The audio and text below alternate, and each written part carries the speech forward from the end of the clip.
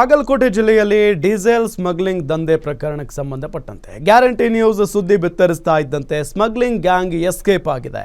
Petrol bunk ಪಕ್ಕದಲ್ಲಿದ್ದ shed ಮಂಗಮಾಯ ಆಗಿದೆ. ಈಗ ಬಾಗಲಕೋಟೆ ಜಿಲ್ಲೆಯಲ್ಲಿ ಡೀಸೆಲ್ ಸ್ಮಗ್ಲಿಂಗ್ ದಂಧೆ ನಡೀತಾ ಇತ್ತು. ಈ ಪ್ರಕರಣಕ್ಕೆ ಸಂಬಂಧಪಟ್ಟಂತೆ ನಿಮ್ಮ ಗ್ಯಾರಂಟಿ ನ್ಯೂಸ್ ಸುದ್ದಿಯನ್ನ ಬಿತ್ತರಿಸುತ್ತೆ. ಆಗ ಸ್ಮಗ್ಲಿಂಗ್ ಗ್ಯಾಂಗ್ ಎಲ್ಲಿ ಎಸ್ಕೇಪ್ ಆಗಿದೆಯೋ ಏನು, ಪೆಟ್ರೋಲ್ ಬಂಕ್ ಪಕ್ಕದಲ್ಲಿದ್ದಂಥ ಶೆಡ್ ಮಂಗಮಾಯ ಆಗಿದೆ.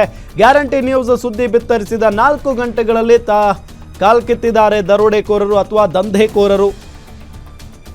ಡೀಸೆಲ್ ಟ್ಯಾಂಕರ್ನಿಂದ ಕದ್ದು ಮುಚ್ಚಿ ಟ್ರಕ್ಗಳಿಗೆ ಫಿಲ್ಲಿಂಗ್ ನಡೀತಾ ಇತ್ತು.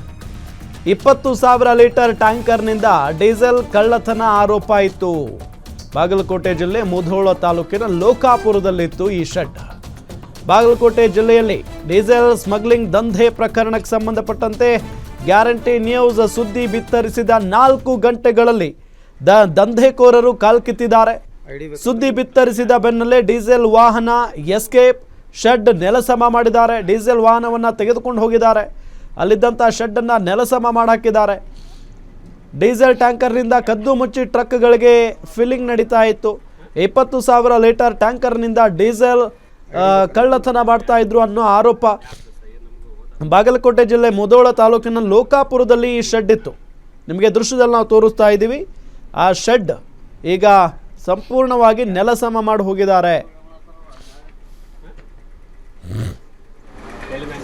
ಐಡಿ ಬೇಕಂದ್ರೆ ನಿಮಗೆ ನೀವು ಯಾರು ಗೊತ್ತಾಗುತ್ತೆ ಯಾವ ಪ್ರೆಸ್ ನಮಗೂ ಗೊತ್ತಾಗುತ್ತೆ. ನಮ್ಮ ಆಫೀಸ್ನಾಗ ಯಾಕೆ ಬಂದಿತ್ತು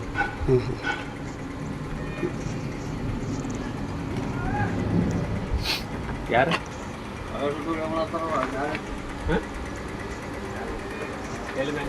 ಐಡಿ ಬೇಕಂದ್ರೆ ನಿಮಗೆ ನೀವು ಯಾರು ಗೊತ್ತಾಗುತ್ತೆ ಯಾವ ಪ್ರೆಸ್ ನಮಗೂ ಗೊತ್ತಾಗುತ್ತೆ. ನಮ್ಮ ಆಫೀಸ್ನಾಗ ಯಾಕೆ ಬಂದಿತ್ತು